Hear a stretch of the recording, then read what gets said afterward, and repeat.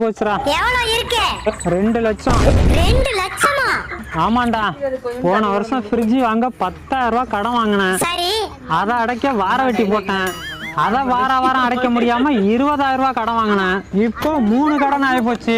சரி 3ஐயும் மொத்தமா அடைச்சுக்கலான்னு 50,000 ரூபாய்க்கு லோனை போட்டேன். அடைச்சியா? அடைச்சேன்.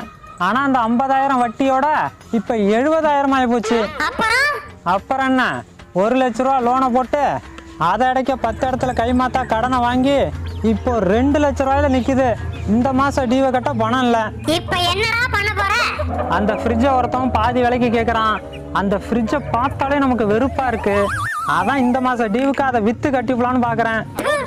அதுக்கேண்டா ஃப்ரிட்ஜ் வாங்குன? 10 நாளைக்கு வேலைக்கு போயிருந்தா கடனே இல்லாம வாங்கிக்கலாம்ல. அந்த அறிவு இப்பதானே வருது. வந்துச்சுல, போய் வேலை செஞ்சு கடன் அடடா. வேலை செய்யவே முடியலடா. கடனை நினைச்சாலே ஒரே மன உளைச்சலா